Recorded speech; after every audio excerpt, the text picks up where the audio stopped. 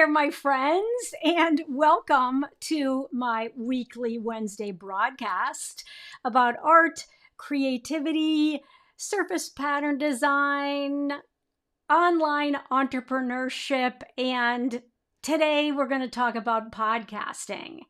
So I started a podcast this year called the Creative Business Spark podcast, and I don't know if you have gone to listen to it yet. You can get it wherever you listen to your podcasts. You can watch it on Apple or on Spotify or any of the different platforms where you listen to podcasts.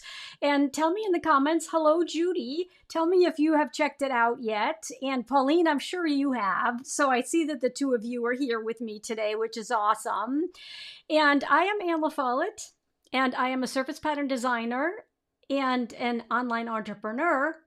And now I'm a podcaster. So I thought that we would talk about my podcast today because I wrote about it, of course, in my blog for the week. And you can go to annelafolletteart.com/blog to see it. It's called What I'm Learning About Podcasting. And I thought I would jump right in because first of all, I just wanted to use it as an example of how important it is to start even when you don't think you're ready. So I had the idea of having a podcast in 2020. That's like 5 years ago. And then just, stuff happened. And so I never really got around to it. And then, when you have a goal and then you don't do it, and then kind of years go by, you sort of think, maybe it's too late to do a podcast now. There's so many podcasts, and maybe it was never a good idea in the first place. Or you start to second guess yourself. And we do that, right? We all do that. But I decided, you know what? I really wanted to do it. And I said, you know what? This is the year I'm going to do it. And I'm just going to do it really messy.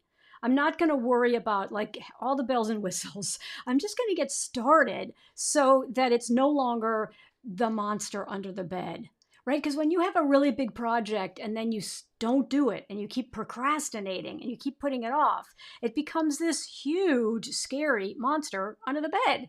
So I decided, you know what? I'm going to go forward, whether it's messy or not. And so I actually have like 5 things that I think are key takeaways today that I want to share with you. And the first is just start messy. And so I was able to start messy because when I started to really get serious about it, I decided, you know what? I am just going to do it and I will learn as I go.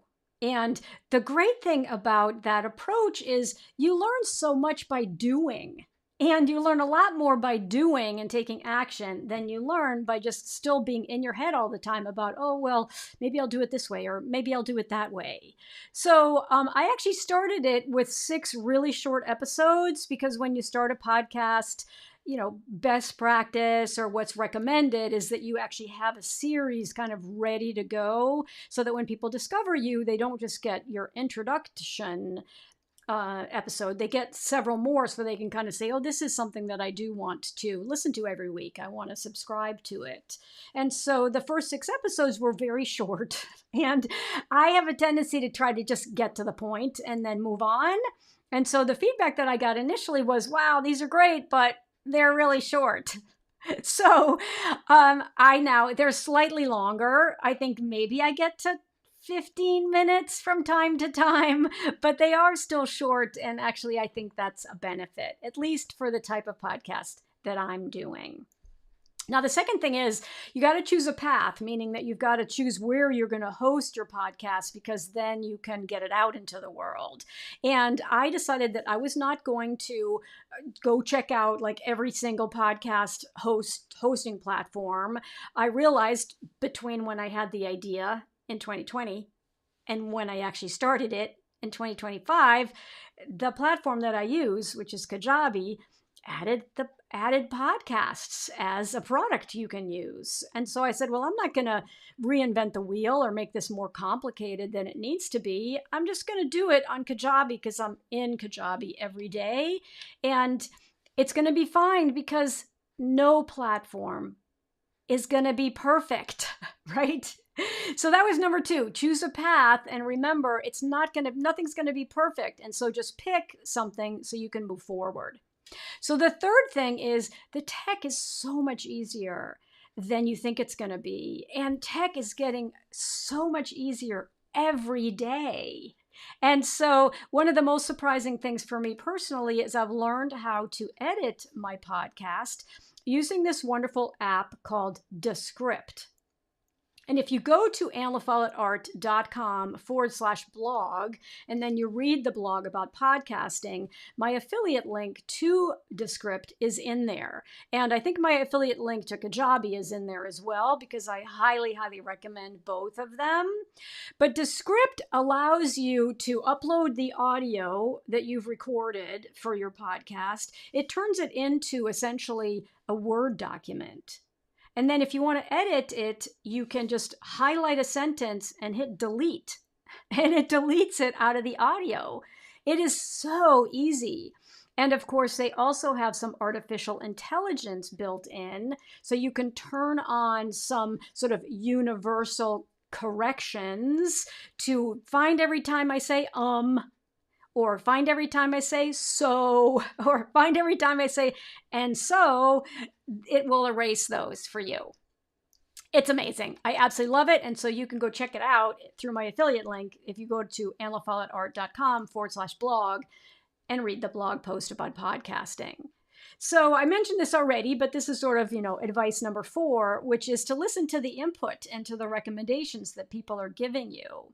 And so Jean, who's one of my OGs, who's been around forever since I got started in this online entrepreneur journey that I'm on, she sent me a message and say, "Oh my gosh, I love your podcast." And she said, "You should have guests. You should have some of your students on as guests." And so I would love to do that. And so I just have to figure out, how does that actually work technically? It's probably not too hard, but I absolutely love the recommendation and plan to do that for sure.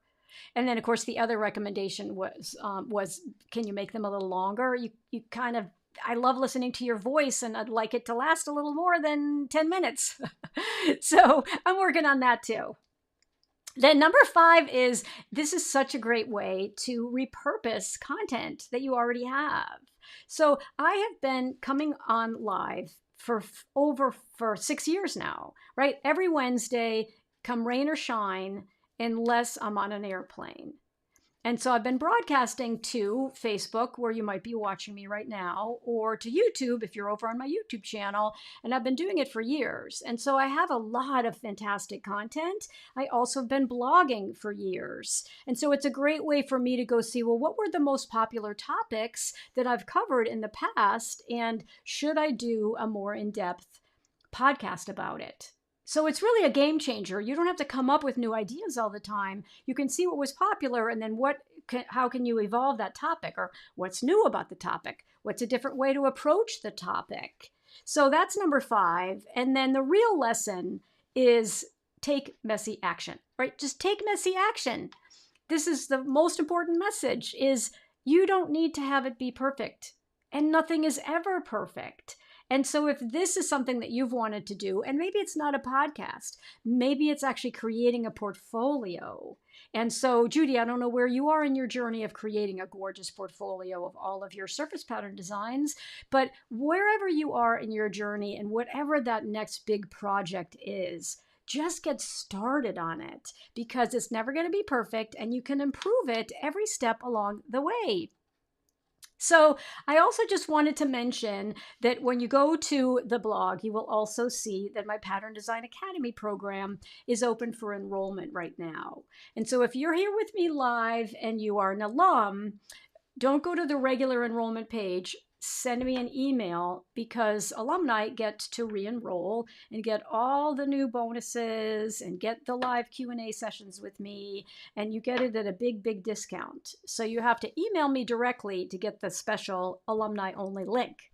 But if you have never taken it before, but you've been coming to my broadcasts, or you have been following me and watching the replays, you can go to annafollettart.com/blog, read the blog about the podcast, and then you'll see that at the bottom it says, just in case you would like to join my Pattern Design Academy program, it is open for enrollment for the next 5 days.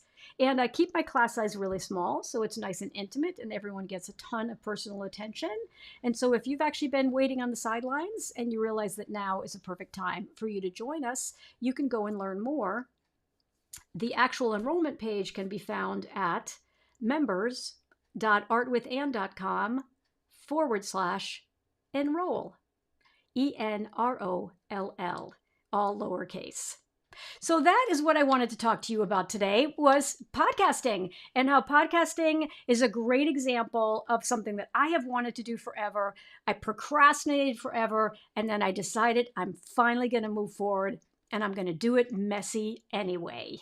So I hope that this has been helpful for you and that you can apply the lessons that I shared today in whatever next adventure or project or a way you want to be expanding your business. I just highly, highly recommend that you get started, because it's never going to be perfect, and you'll get more benefit and more feedback, and you'll learn more by taking action than by continuing to just think about it. So that's it for today. And you know that I always like to say in closing that I am Anne LaFollette, and it's never too late to create. Bye for now, and I'll see you next week.